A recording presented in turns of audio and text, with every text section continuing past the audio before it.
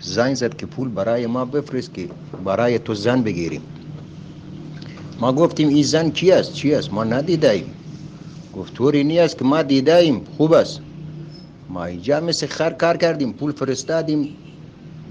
2 ماه بعد زنگ زد گفت برای تو زن گرفتیم. دست درد نکند که بابا برای ما زن گرفتیم. ما زن را ندیدیم. این خیلی مهم است.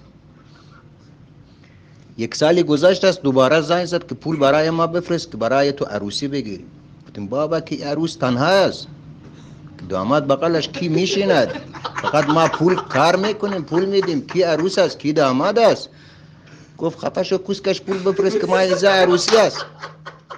وقت راسته ما پول فرستادیم، اینجا سیمان پر کردیم، آجور بار کردیم، پول فرستادیم، برای ما عروسی گرفت است. گفت خطوری نیست، بابای ماست، احترامش واجب است.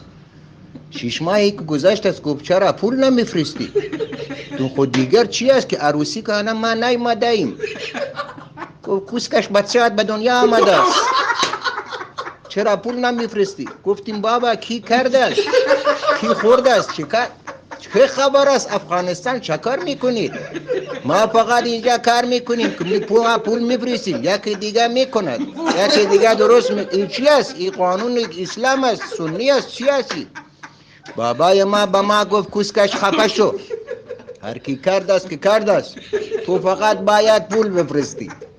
دوباره ما احترام قائل شدیم، برایش خارکوسته پول فرستادیم. چند ماهی که گذشت است. گفت خبرت نیست؟ گفتیم دیگر چی است؟ که بچه را که یکی دیگر گاید است درست کرد است که پولش را ما دادیم، دیگر چی میخوایی؟ گفت کوسکش